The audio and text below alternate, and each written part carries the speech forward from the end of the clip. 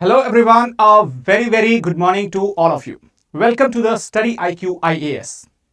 My name is Abhishek Singh and today I am going to present before you this story of a battle which changed the Indian history forever. And yes, you guessed it right. Today I am going to talk about the history of the Battle of Kaling. Alright, so let us start without any further delay. But how many of you are exactly aware that why did this battle take place? And when did this battle take place? How do we know that this battle actually occurred? And also, we will be talking about the consequences of this battle in our history.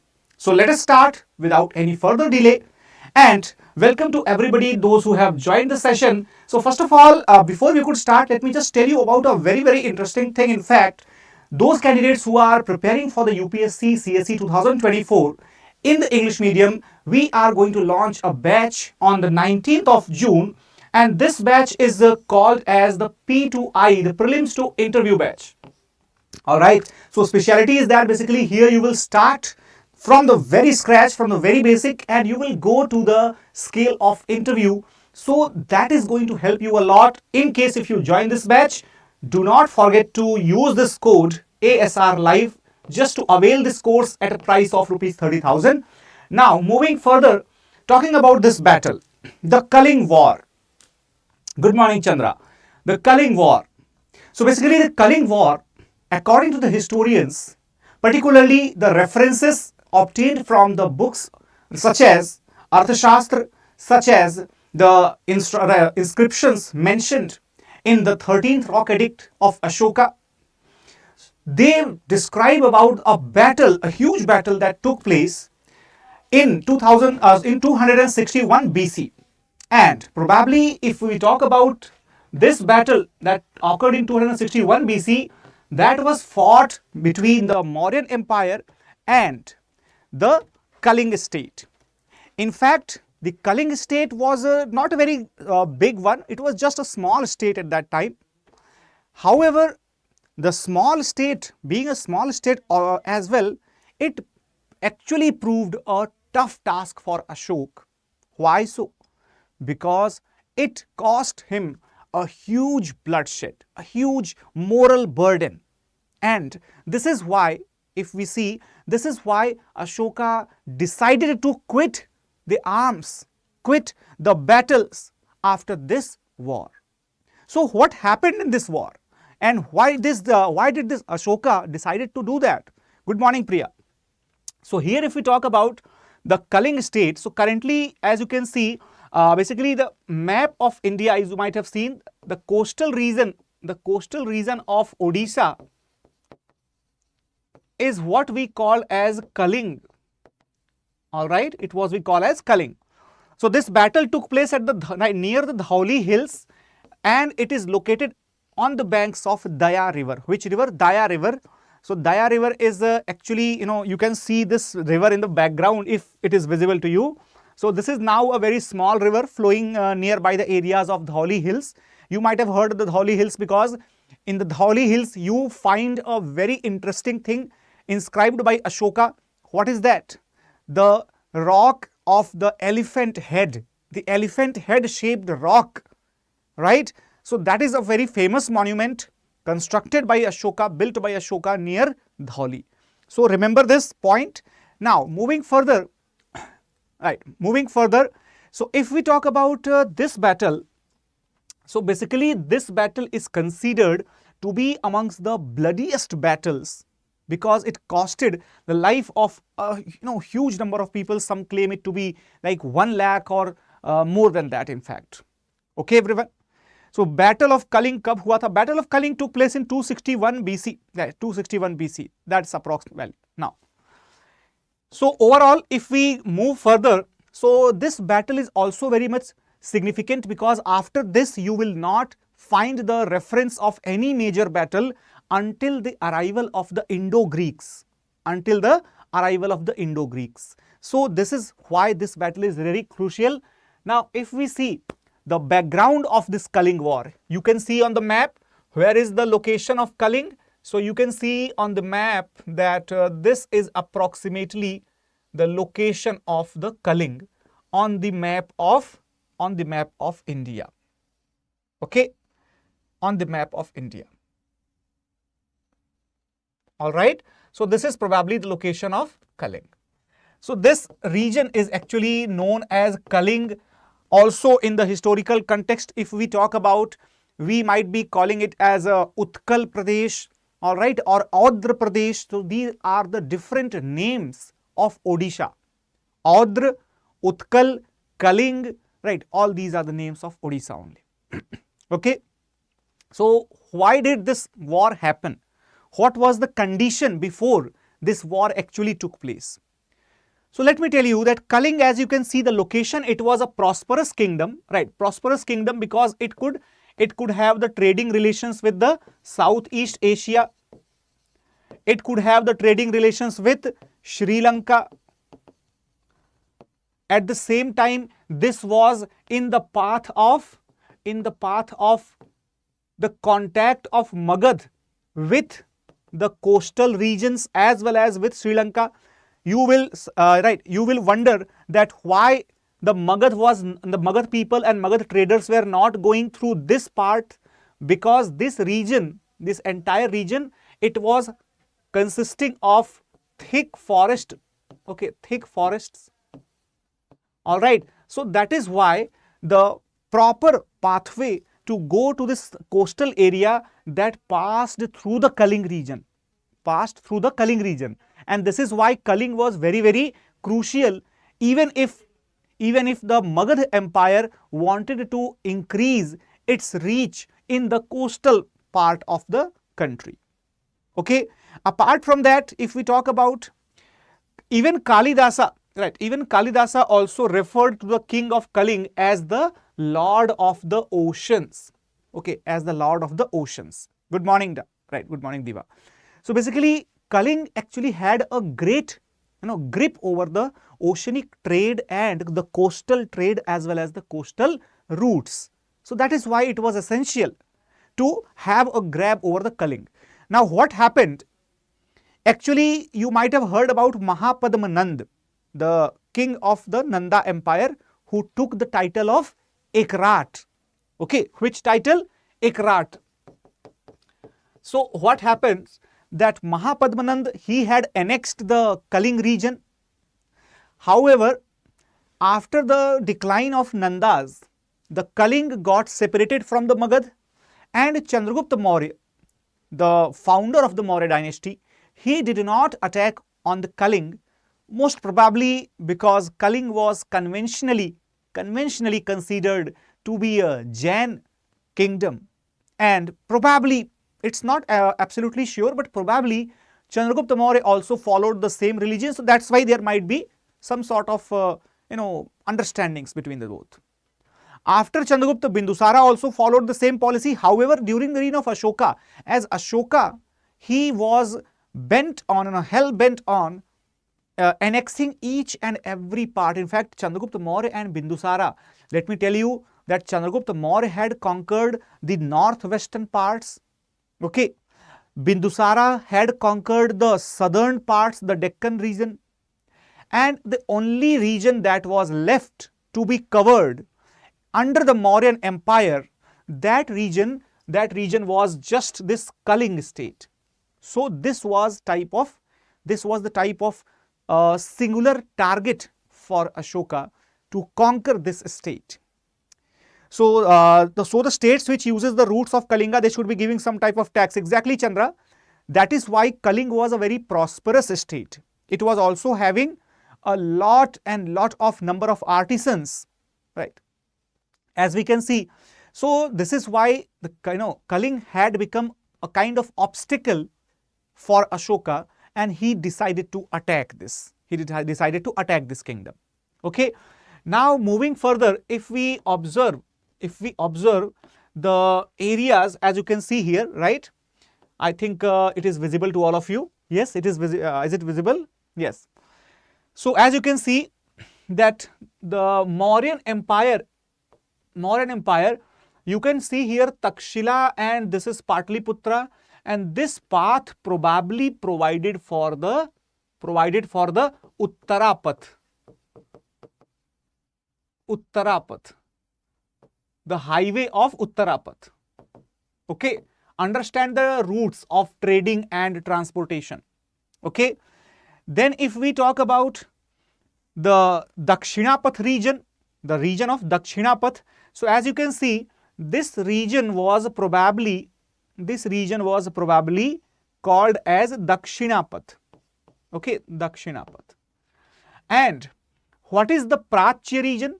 This region, the small area, this was called as Prachya.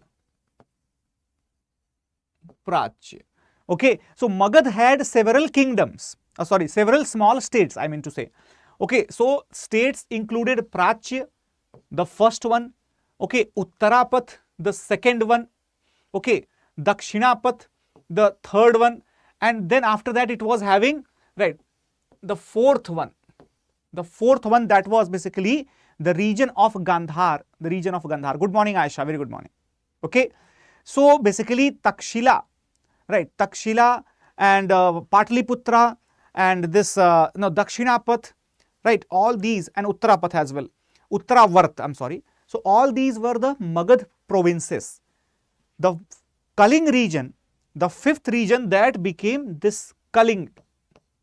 This became the fifth province, right, but only after a lot of bloodshed, right. Magad region is Prachya region, exactly. Very good morning, Aisha. Now if we talk about the descriptions, in fact you can see the Mauryan Empire, this is completely covering the entire subcontinent, almost the entire subcontinent, except the regions, right, except the region of, right, the regions beyond the Nilgiris, right, beyond the Nilgiris. And as you can see that these areas are mentioned in the 2nd as well as 13th major rock edicts of Ashoka. Okay. Now talking further about the causes of the Kalinga War, right, the causes of the Kalinga War, as we discussed a few reasons again, let us see each of them one by one. So Kalinga was a formidable neighbor. In fact, it was a very strong state, seeing its small size, it was having a formidable presence in just under the nose of the Magad, and that's why it was like a prick in the soul of Magad kingdom. And if we talk about the Ashoka's imperialist designs, so basically Ashoka had only one target to conquer, because his grandfather and his father had almost dominated the entire subcontinent. So he had just one thing to left, and he wanted to fulfill that imperialist model under which the entire region should have been under his control. So he decided to attack Kalinga as well. Kalinga's economic prosperity was another big reason, because Kalinga, located in the coastal region, having the great connectivity through the oceanic routes with Southeast Asia, with the Sri Lankan region, as well as with the coastal areas, right. If you remember the previous map here, as you can see, right, this region was actually developing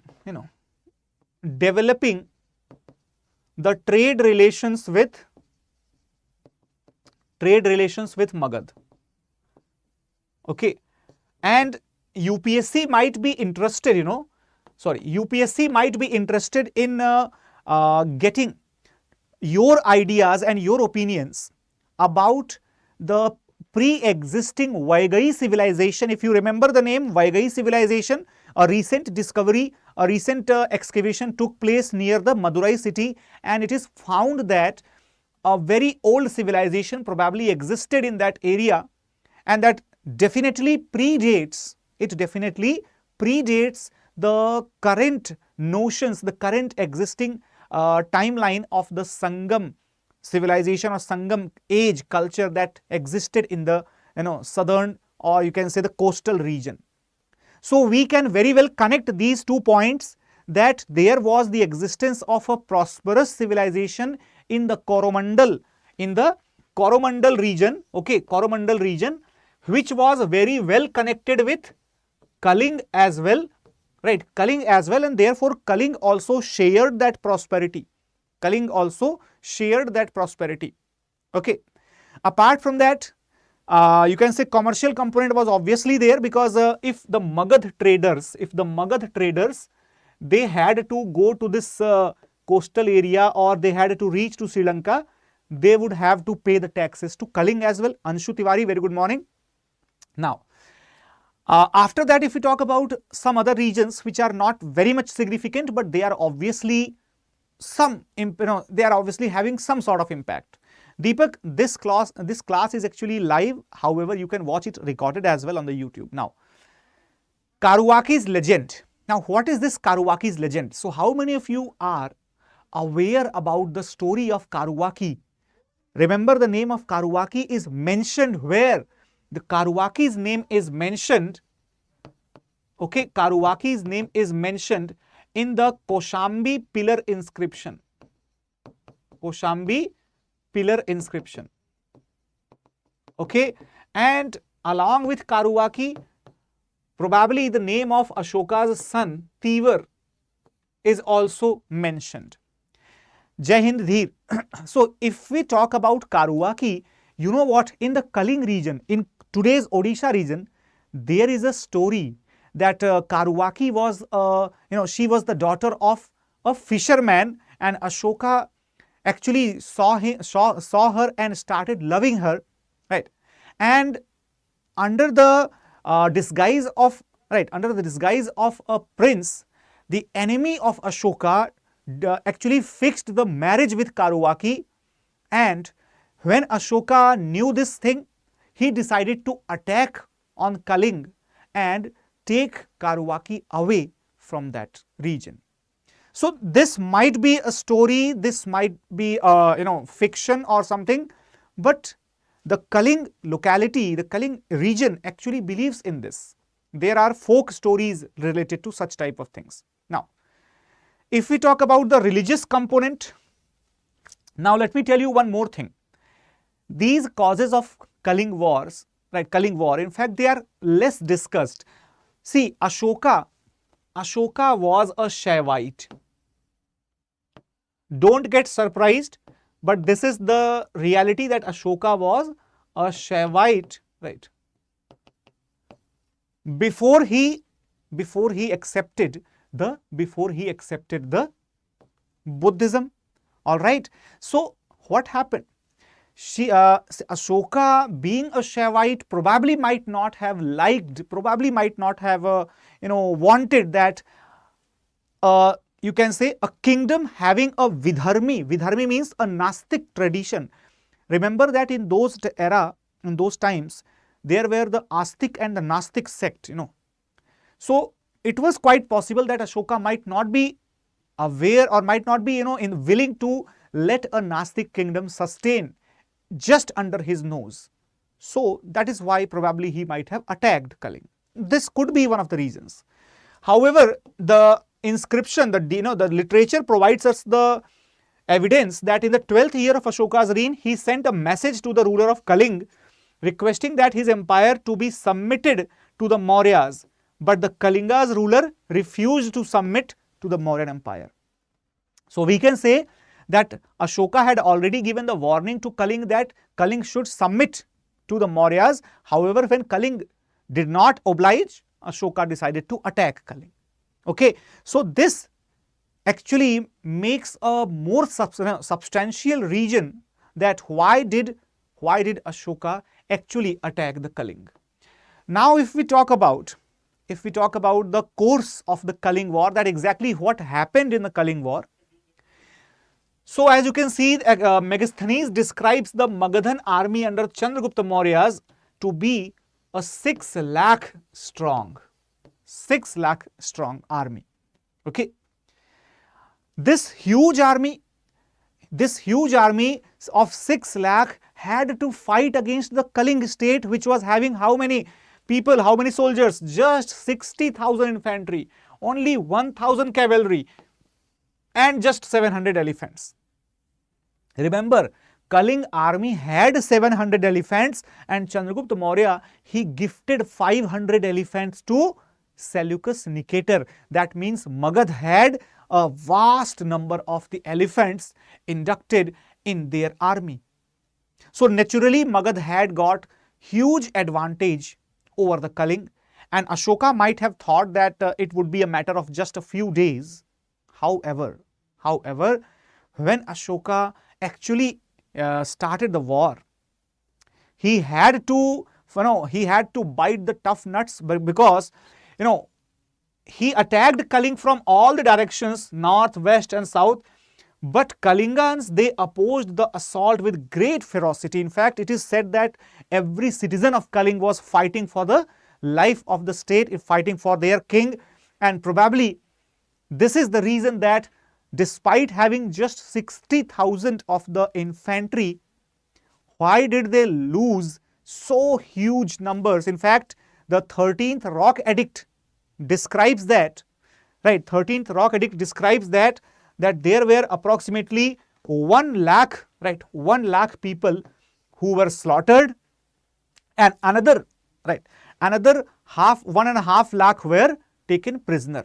So this actually tells us the extent, right? The extent of this war, because this caused huge number of casualties. It was like a man-made calamity for the Kalinga state. Okay. If we talk about the edicts of Ashoka, as we discussed that Shahbaz Garhi edict, right? Shahbaz Garhi edict talks about the 13th Rock Edict. Not just the Shahbaz Garhi, but also there are the other places where we have found the 13th Rock Edict, or in fact, the number of Rock Edicts mentioned by Ashoka. Okay, so as you can see, these are the places, right? I hope that it is visible to everybody, right? So let us find out the legends that the black square talks about the major Rock Edict and white square talks about the minor Rock Edict. Black triangle talks about the pillar edicts. So Mansehra, okay, Mansehra, the major Rock Edict. Shahbaz Garhi, major Rock Edict. At the same nearby places, minor Rock Edicts. Kandahar, right? Kandahar is having both major as well as minor Rock Edict. Kalsi in Uttarakhand, right? Kalsi in Uttarakhand, that is having the major Rock Edict. Then the pillar edicts are present in the Topara and Meerut region, as well as if you see, right? If you see the Rajasthan's Bhabru region, Bhabru or Bairat, okay, Bhabru and Bairat. So these are having the minor Rock Edicts, Then Girnar in Gujarat, Junagadh, this has the major Rock Edict. Then Supara in Maharashtra near Mumbai, that's also having a major Rock Edict. Sannati and Yerragudi, that Sannati region in the Karnataka Andhra border and Yerragudi in Andhra Pradesh, they are having the major Rock Edict. After that, we talk about the minor Rock Edicts present in the entire, you can say, Nilgiri foothills. Okay, so that is basically having a great number of the minor Rock Edicts. Then Amravati has the pillar edict. Jaugada and Dhauli in the Kalinga region, they have the major Rock Edicts. And then in Bengal region, we have got a minor Rock Edict. After that, this entire region of the Gangetic Plains, it has the pillar edicts. Okay, so this is basically the information that we need to have. Now there was a question by Chandra, sir, this war was discussed in major Rock Edicts 13 only. See, primary source of this war is actually the major rock edict 13th. Okay. Afterwards, we find the references in the several literary works as well. For example, Ashoka describes about it. Deepavansh and Mahavansh, they also do provide the description of this war. Okay. In fact, Deepavansh and Mahavansh, in order to glorify the impact of Buddhism on Ashoka, they try to exaggerate the influence of the this war on Ashoka, because Ashoka is actually portrayed as someone who was called as Chand Ashoka. Ashoka is portrayed as someone who was called as Chand Ashoka. And why so? Because he was so ferocious, so aggressive under the influence of this Shaivism, and he became Dham Ashoka. Right? He became Dham Ashoka under the influence of the Buddhism, and this is actually to glorify the you can say prowess of Buddhism, the impact of Buddhism on Ashoka's life. Okay. Now, if we take a look on this particular picture, this is actually taken from Kalsi. Kalsi is located in Uttarakhand, and the northern face of rock has got an imprint of the elephant, as well as this entire region of the southern face that is having this huge edict, right? 1, 2, 3, 4, 5, and remember 21 different lines are written. 21 lines are written. Okay. So this is basically found at the Kalsi in Uttarakhand. The southern face of Kalsi is having this 21 lines of edicts. Okay. Now, moving further, if we talk about the consequences of the war, so we have probably discussed everything related to the war. Now, let us understand the consequences. Why did this lecture's topic say that the war which changed India forever, or Indian history forever? Why? Because the loss of the manpower and material, that was obvious, that was huge, extensive, right?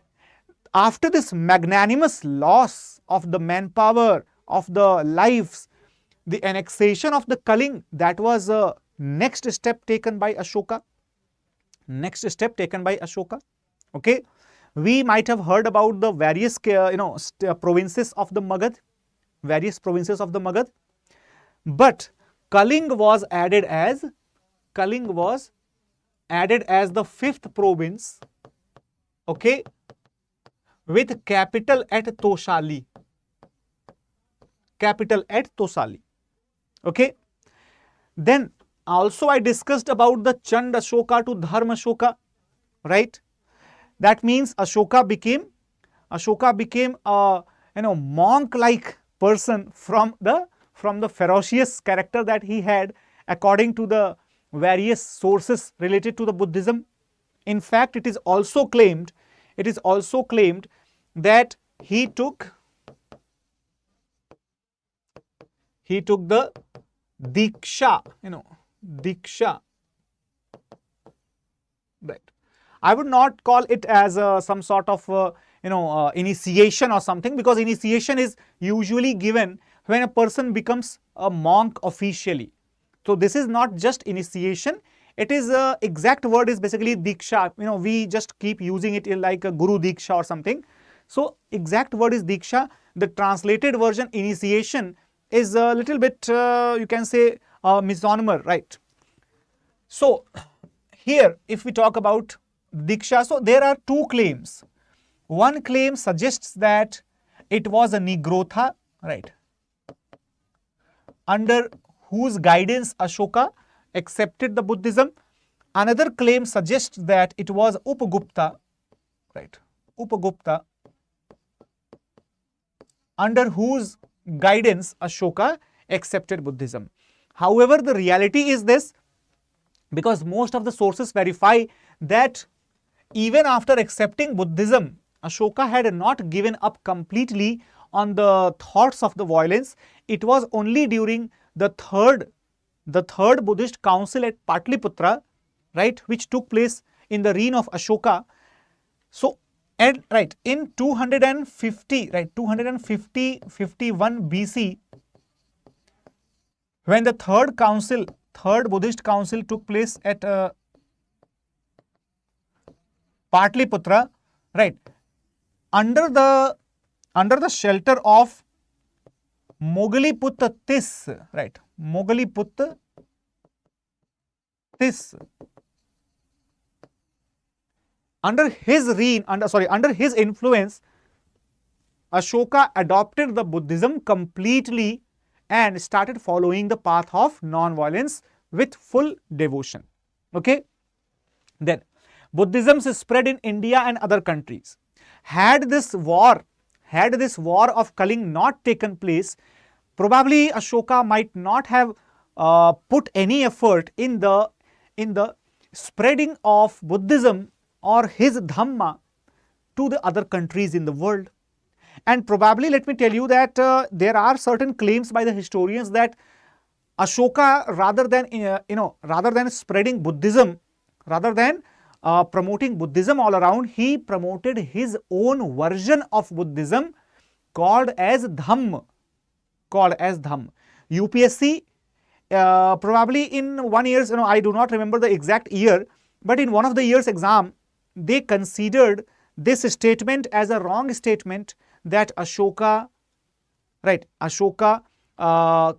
provided his inscriptions to promote Buddhism. He inscribed the instructions of his own Dhamma, not the instructions of Buddhism. Both are different. Okay. So you must understand the difference between the two, because Buddhism does not talk about that you should be respecting your elders, your neighbors, you should be, following these instructions, else you will be punished. Buddhism does not enforce anything upon anybody. Ashoka's instructions, on the other side, they are enforceable, even though Ashoka considered himself as a paternal despot, or as a paternal person who considered his subjects like his own children, right? So that is why we need to differentiate between the Dhamma of Ashoka and the Buddhism as a religion. Got it? Now if we talk about possessing a paternal attitude towards his charges, towards his subject, obviously Ashoka considered his subjects, his people, his citizens as his children. Only after the loss of the lives which took place at Kalinga.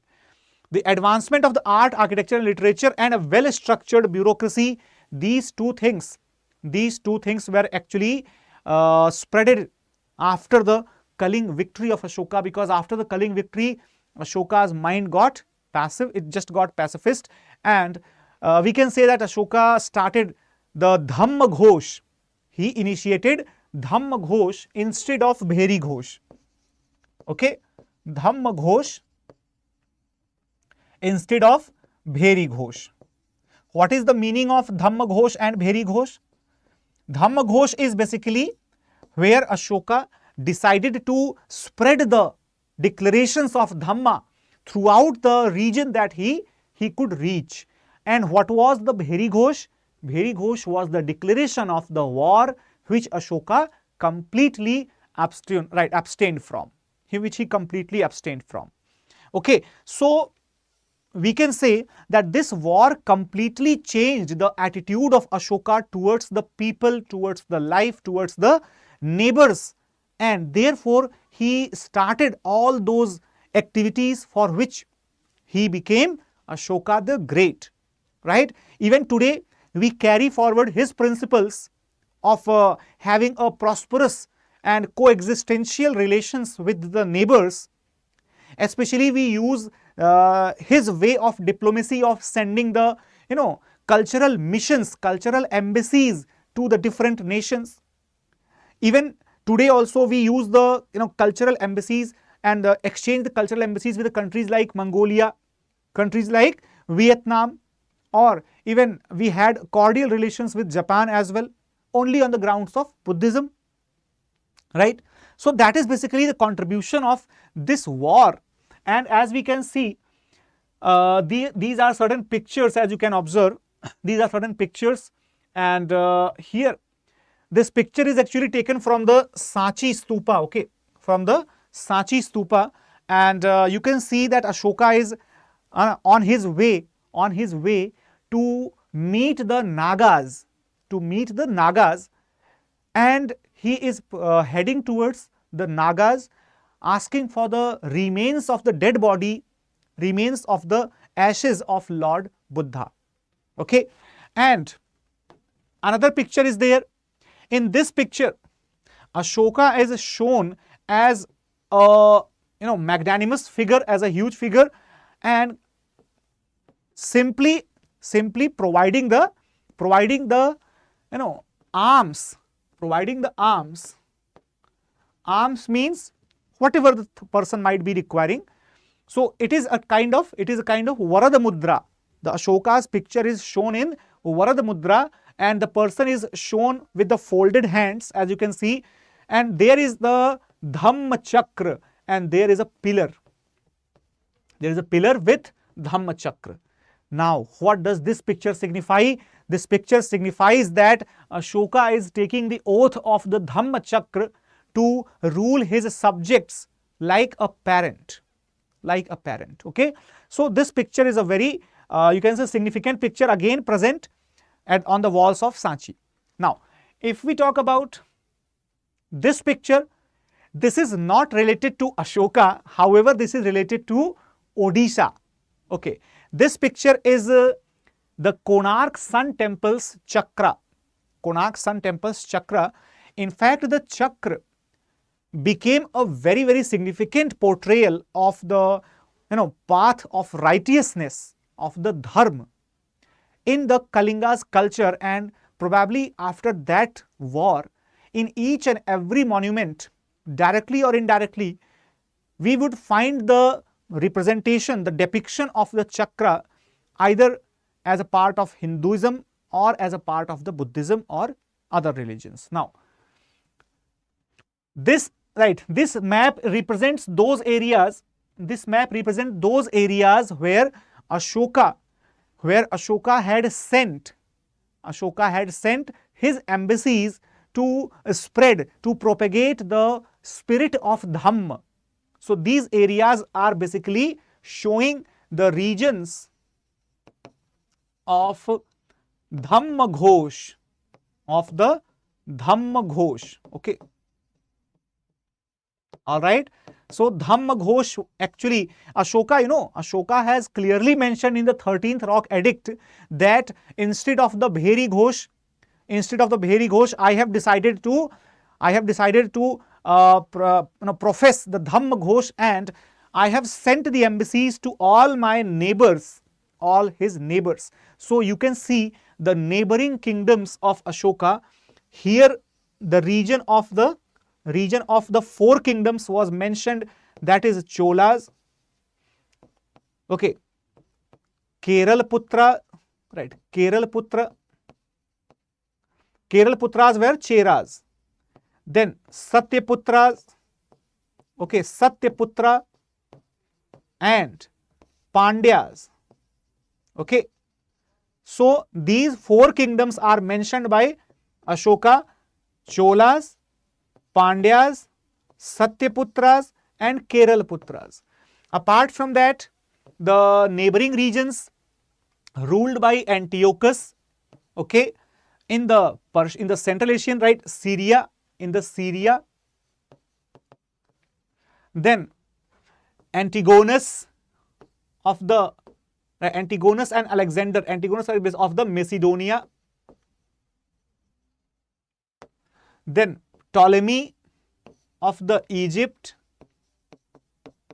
okay, and Magus of the